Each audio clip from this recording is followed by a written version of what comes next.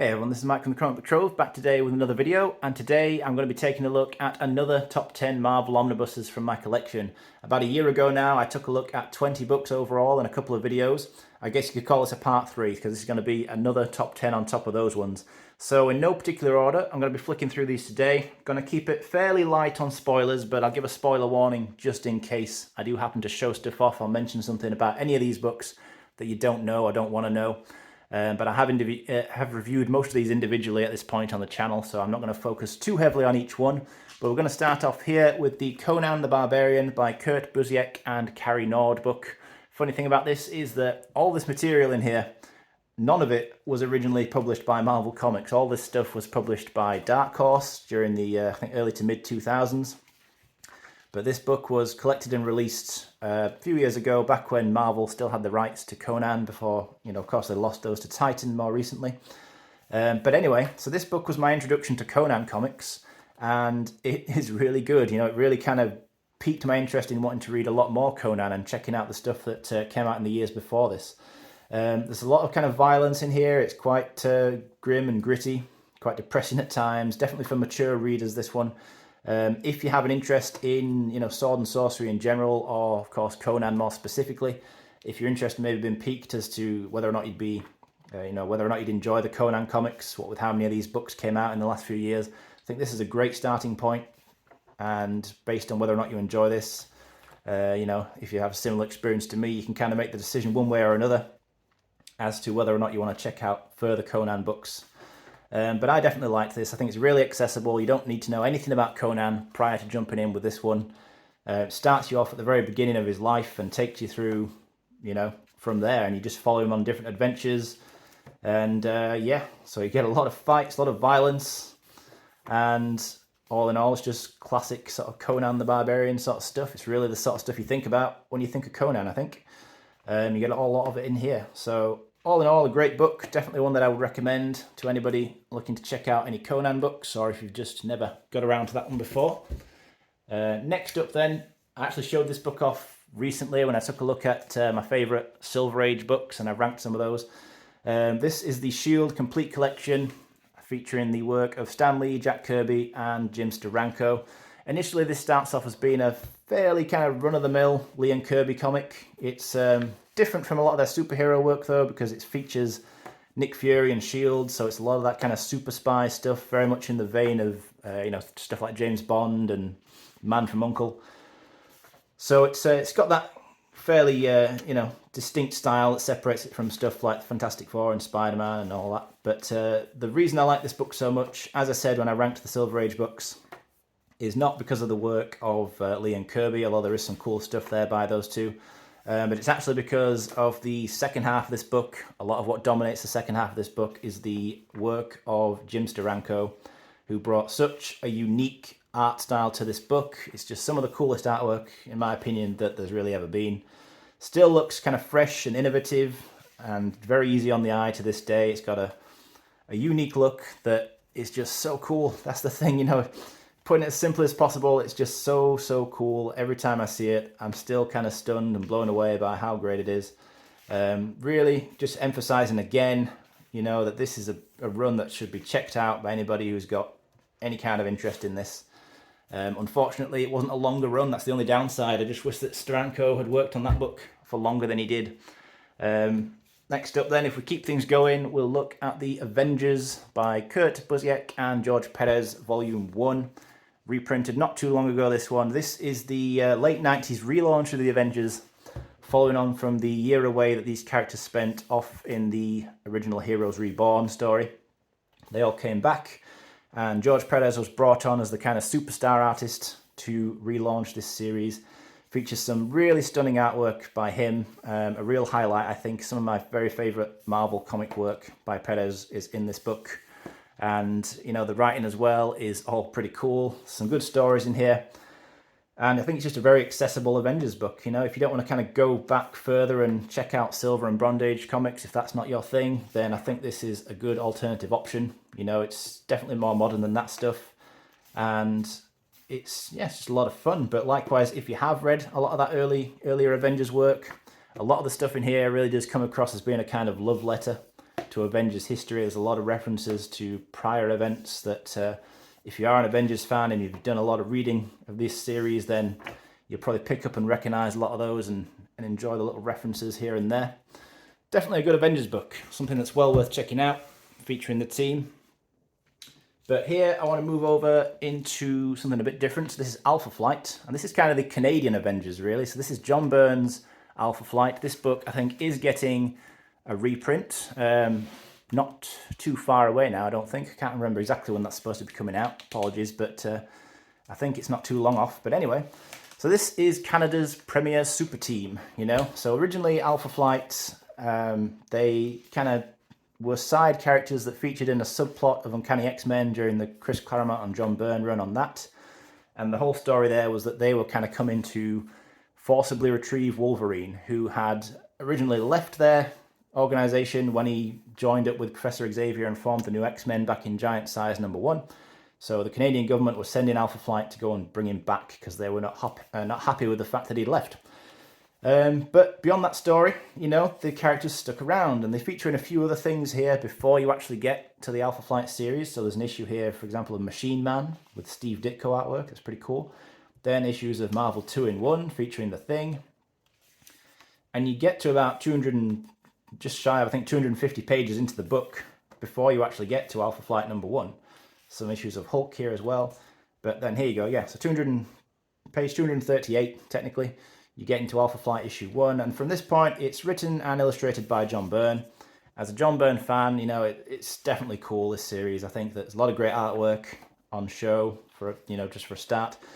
But a lot of cool writing as well, developing these, you know, really quite, I suppose to this day, fairly obscure characters. Certainly don't have the kind of recognition that other more well-known Marvel characters do.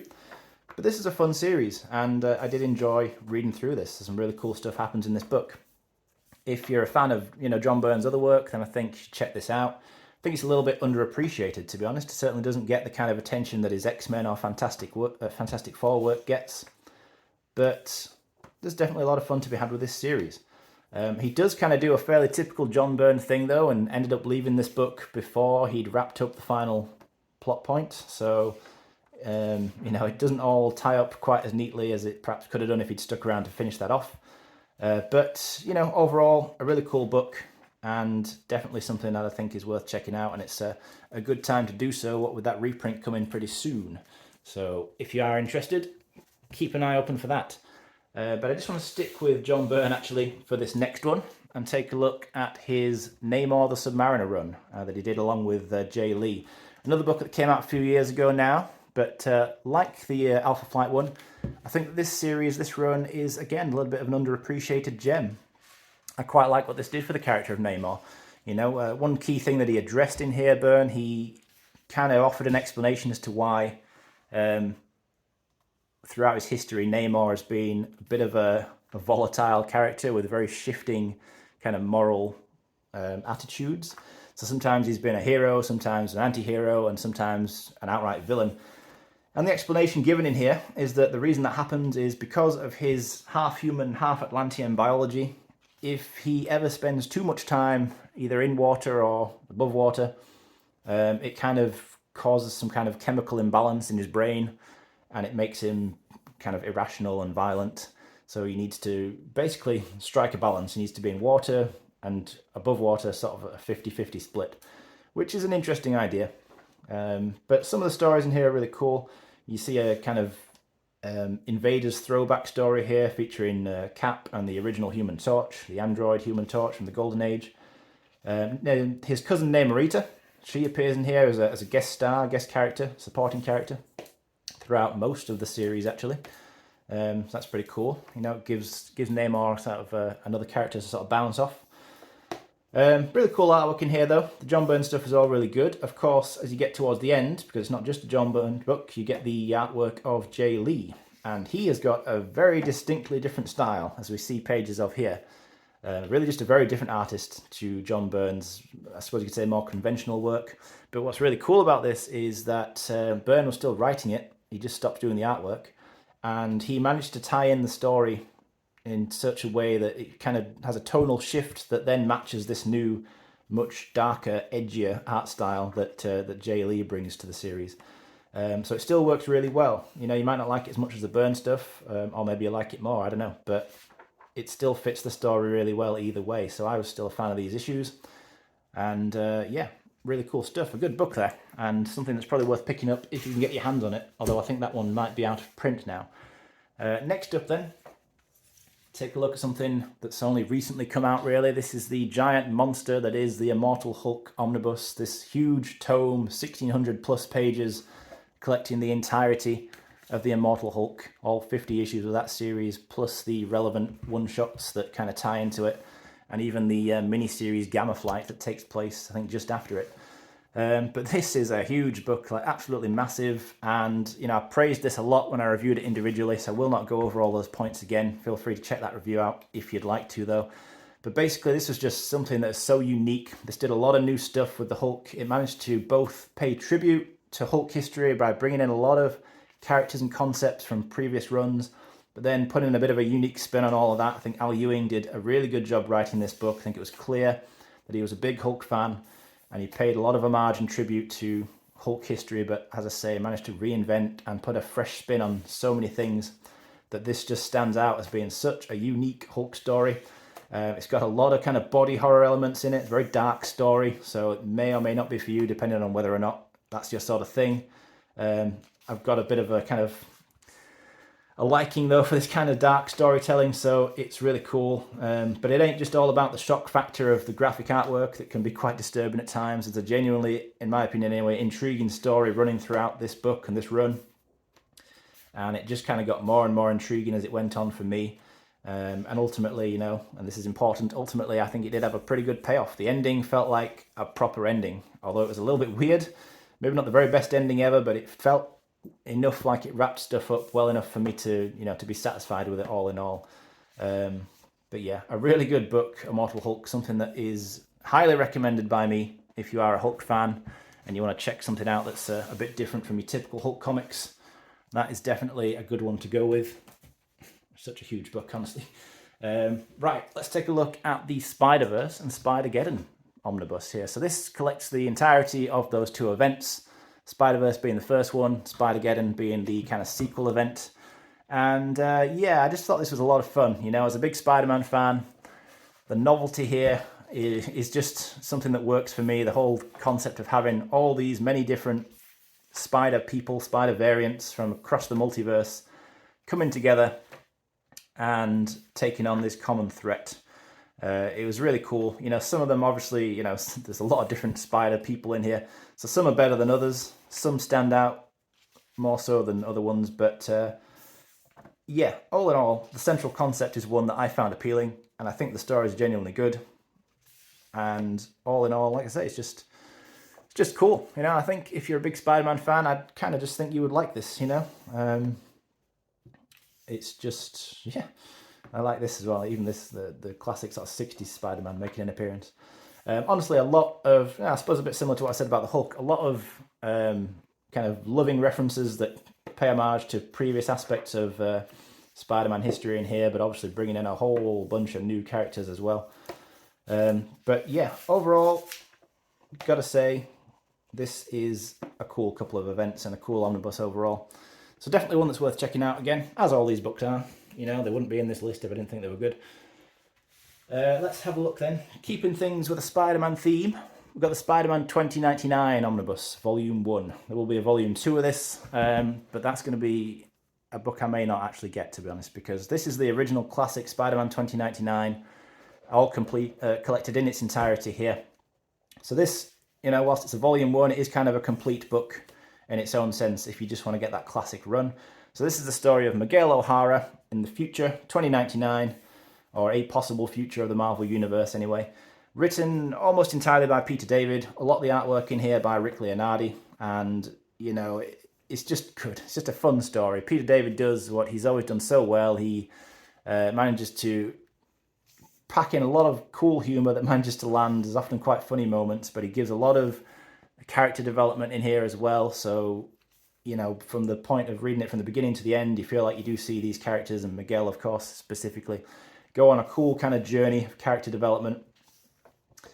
as he comes to terms with you know, his new spider powers and the situation that got him those powers in the first place.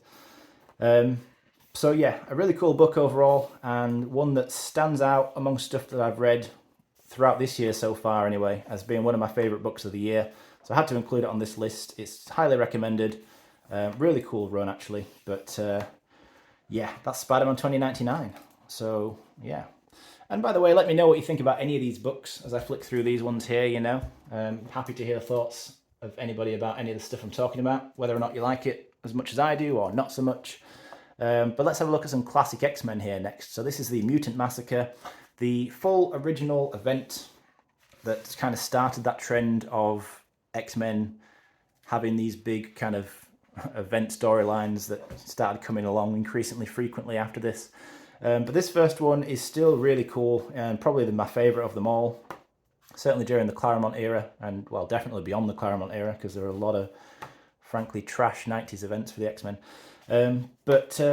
Yeah, this is one that it just stands out. You know, it's a really dark story. You know, it features this group of mutant killers who go down into the subway beneath New York and they start taking out the Morlocks, who are this group of mutants who live down there, and just, well, you know, massacring them. It's called the Mutant Massacre for a reason. But all the X-Men and the New Mutants and X-Factor, they kind of get drawn into this. They don't really cross over with each other. It's more like they get drawn into the events in different ways, and we see stuff from each of their perspectives. But what's really cool about this is that the event had genuine, lasting ramifications and repercussions. So, you know, there were members of the team here, of the X-Men, who were sidelined as a direct event, direct consequence, to say, the events that happen in this book. And therefore, you can kind of draw a line through this event and say you can divide Claremont's run quite neatly into pre and post Mutant Massacre eras, because as a result of what goes on in this story, it really sent the series off into a specific direction and set other, you know, arguably other events in motion.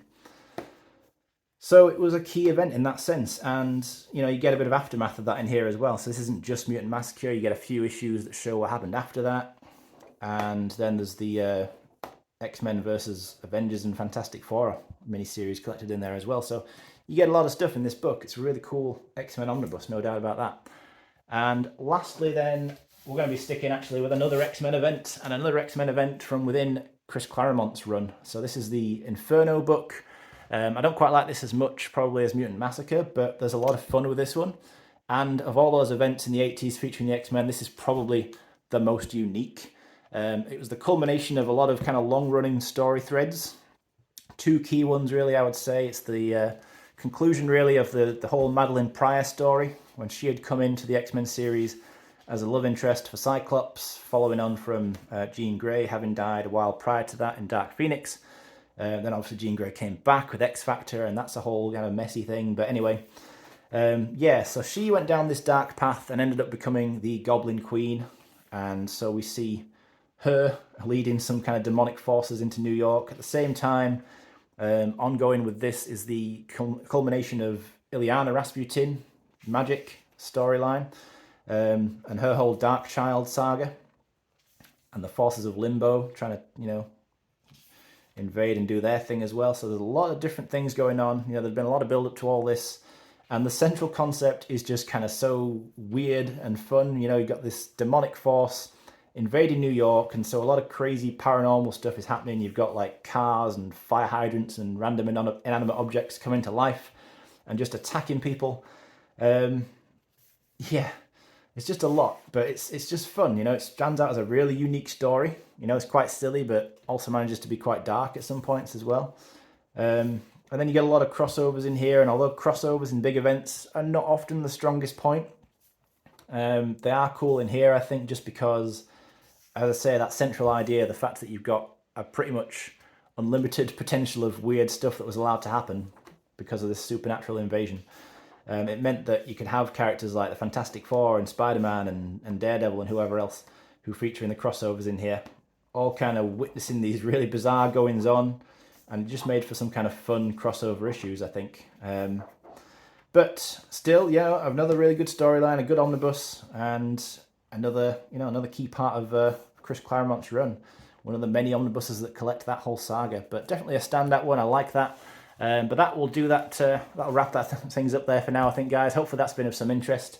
Let me know what you think, as I say, about any of these books that I've looked at today. There's so many more great Marvel Omnibuses coming out over the coming months that we're aware of already, that at some point there will probably be a part 4 of this when I'll have a look at yet another 10 books. But for now, that's 3 parts that I've looked at, 3 top 10 videos I've done all in all for Marvel Omnibuses. Thanks as always for watching this all the way through. That's appreciated as always, and I'll be back in soon to discuss something else.